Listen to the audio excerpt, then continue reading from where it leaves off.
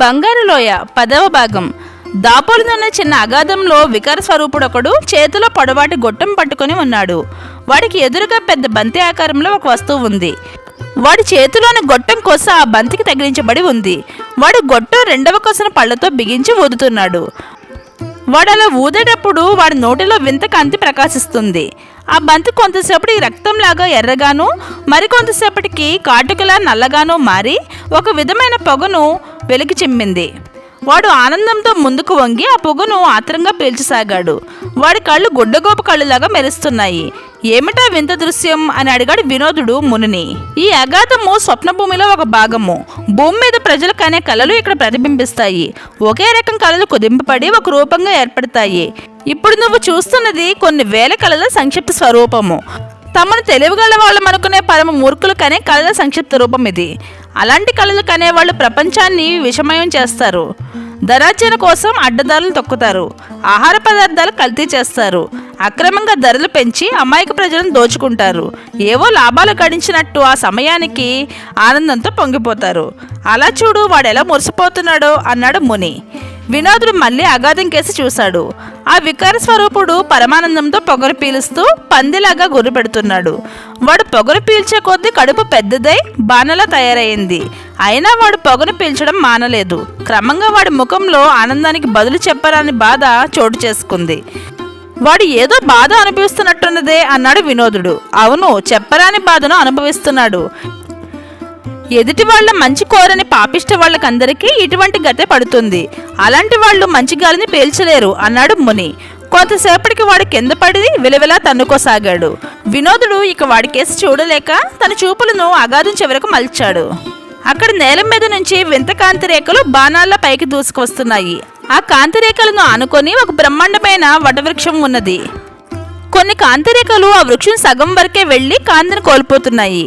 ఒకే ఒక కాంతిరేఖ మాత్రం వృక్షం చిటారు కొమ్మల దాకా ఎగబాగుతున్నది. అయినా రాబందుల వంటి వింత పక్షులు కొన్ని కాంతిరేఖను పైకి పోనేయకుండా రెక్కలతో విసురుతూ ఆర్పేస్తున్నవి. అక్కడి కాంతులు ప్రజల శాంతి సౌఖ్యాలు కోరే వాళ్ల కళలకు సంకేతాలు.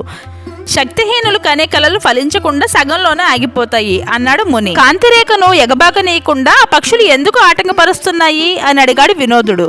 ప్రజలు శాంతి సౌఖ్యాలతో జీవించడం చూసి సహించలేని దుష్టశక్తులకు సంకేతాలు ఆ పక్షులు. ఆ దుష్టశక్తులను అధిగమించాలంటే మరింత పట్టుదలతో ధైర్య సాహసాలతో పోరాడాలి అని వివరించిన ముని కొంతసేపు మౌనం వహించి, ఇప్పుడు మనం సంతృప్తి శాంత భూమిని ప్రవేశించాలి.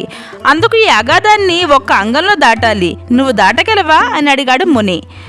తమరి కరుణ ఉంటే తప్పక దాటగలను అన్నాడు వినోదుడు. మంచిది, ఆ నమ్మకం ఉంటే చాలు. ఎంతటి ఘనకార్యాన్నైనా సాధించవచ్చు. ఇలా వచ్చి నా చేయి పట్టుకొని కళ్ళు మూసుకొని బలాన్నంతా కూడదీసుకొని నాతో పాటు ముందుకు దూకు అని వినోదుడు చేయి పట్టుకున్నాడు ముని.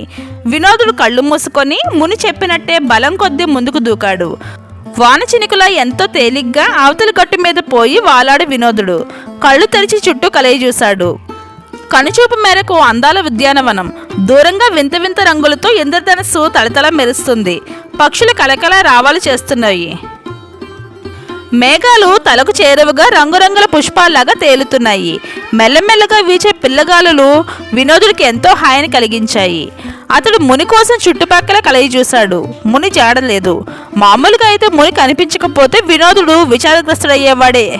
అయితే ఇప్పుడు తనలో ఎలాంటి విచారము లేదు.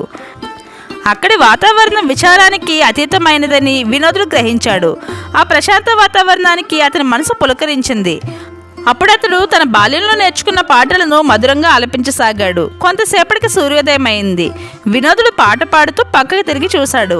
అతడి పక్కనే అపురూప సౌందర్యవతి అయిన ఒక యువతి కూర్చుని ఉంది. వినోదుడు పాడడం ఆపేసి ఆమెకేసి వింతగా చూడసాగాడు. దయచేసి పాట ఆపకు, పాడు పాడు అని ప్రాధేయపడిందా యువతి. వినోదుడు ఆమె కేసి చూస్తూ కొంతసేపు అలాగే ఉండిపోయాడు. ఆ తర్వాత చాలా వింతగా ఉన్నదే అన్నాడు వినోదుడు తనలో తాను అనుకుంటున్నట్టు. ఏది వింత అని అడిగిందామె చిన్నగా నవ్వుతూ. నిన్ను మొట్టమొదటిసారిగా ఇప్పుడే నేను చూస్తున్నాను. అయినా నీ నవ్వు నాకు చిరపరిచితంగా తోస్తున్నది. నువ్వెప్పుడైనా మా బంగారు లోయ రాజ్యానికి వచ్చావా అని అడిగాడు వినోదుడు. ఆ యువతి కిలకిలా నవ్వుతూ, లేదు, ఈ సుందరమైన లోయని వదిలి వెళ్ళవలసిన అవసరం నాకెప్పుడూ కలగలేదు. నీకు ఈ లోయ అందంగా కనిపించడం లేదా అన్నదామె. అందంగా కనిపించడమా? ఇంతకన్నా సుందరమైన ఉద్యానవనాన్ని నేను ఊహించనైనా ఊహించలేను. అయినా ఇప్పుడు నాకు ఒక విషయం స్ఫురణకు వస్తుంది. నేను తరచూ మా రాజధాని నగరాన్ని వదిలి అరణ్యాలకు పోయి అక్కడి పొదల మధ్య శిథిలాల మధ్య ఆడుకుంటూ కాలక్షేపం చేసేవాడిని. ఆ సమయంలో మేఘాల మధ్య నుంచి దిగి వచ్చినట్టుగా ఆకాశం నుంచి అప్పుడప్పుడు ఒక వింత పక్షి వచ్చి ఒక చెట్టు కొమ్మ మీద వాలి సుదూర తీరంలో ఉన్నదొక యువరాణి అని మధురంగా పలికేది. అప్పుడు నా కళ్ళ ముందు చిరునవ్వులు చిందే ఒక యువతి ముఖం లీలగా కదలాడేది. నేను చూస్తుంటే ఆ యువతి ముఖమే జ్ఞాపకం వస్తుంది అన్నాడు వినోదుడు. అలాగా, నేనేమో ఈ భూమికి యువరాణినే. నేను నిద్రిస్తున్నప్పుడు తరచుగా నాకు ఒక గీతాలాపన వినిపించేది. ఆ గీతము నువ్విప్పుడు పాడిన పాట ఒకలాగే ఉన్నాయి. నేను కూడా అలా పాడడానికి ఎంతగానో ప్రయత్నించాను, అయినా సాధ్యపడలేదు. ఈ భూమికి అవతల ఒక దేవత ఉన్నదని, ఆ దేవత నుంచి వరం పొందితే తప్ప అలా పాడజాలమని పెద్దలు చెప్పారు. అయినా ఇక్కడ వాళ్ళెవరూ ఆ దేవత దర్శనానికి వెళ్ళడం సాధ్యపడదు అన్నది యువరాణి ఎంతో విచారంగా. నేను కేవలం పాటే కదా పాడుతున్నాను అన్నాడు వినోదుడు. అవును, పాటే. నీలాగా జీవితంలో ఒక్కసారి పాడితే చాలు, నా జన్మ ధన్యమైనట్టే భావిస్తాను అన్నది యువరాణి.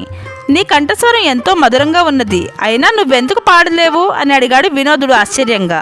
నేనే కాదు, ఇక్కడ ఉన్న ఏ ఒక్కరూ పాడలేరు. అలా పాడే భాగ్యం మాకు లేదు. అయితే నేను తప్ప ఈ భూమిలో ఎవరు పాడాలని కోరుకుంటారనుకోను అన్నది యువరాణి. వినోదుడు ఆశ్చర్యపడుతూ ఒక బండ మీద కూర్చున్నాడు. యువరాణి ఎదురుగా కూర్చుంది. ఆమె రూపదాల్చిన దివ్యగీతంలాగా ఉన్నది. అయినా పాపం ఆమె పాడలేదు. అక్కడి వాళ్ళు మామూలుగా మనుషులు కారని ముని చెప్పిన విషయం వినోదుడికి జ్ఞాపకం వచ్చింది. మనిషికి తప్ప మరే ప్రాణికి మాట్లాడే శక్తి లేదు. అయినా మనుషులు చక్కగా మాట్లాడడానికి చేతగాక తరచూ పాముల్లాగా బుసగొడతారు, కోతుల్లాగా కీచులాడుకుంటారు. ఇంకా కొందరైతే మాట్లాడుతున్నామనుకొని కుక్కలాగా మరుగుతారు అని ముని ఒకసారి తనతో అన్న మాటలు తన మనసులో కదలాడాయి. మిగతా ప్రాణుల కన్నా మానవులు ఎంత అదృష్టవంతులో అతనికి అర్థమైంది. మానవులు హాయిగా నవ్వగలరు, అందంగా పాడగలరు, ఎన్నెన్నో అద్భుతాలు సాధించగలరు. అయినా తమలోని అజ్ఞానం కొద్దీ తమ శక్తులను సక్రమంగా వినియోగించుకోలేకపోతున్నారన్న ముని మాటలు ఎంతో వాస్తవం అనిపించింది వినోదుడికి. యువరాణి, నువ్వు చెబుతున్న దేవత దర్శనం కోసమే నేను ఇక్కడికి వచ్చాను. అయినా ఆ దేవత ఎక్కడ ఉన్నదో అక్కడికి వెళ్ళే మార్గం ఏమిటో నాకు తెలియదు.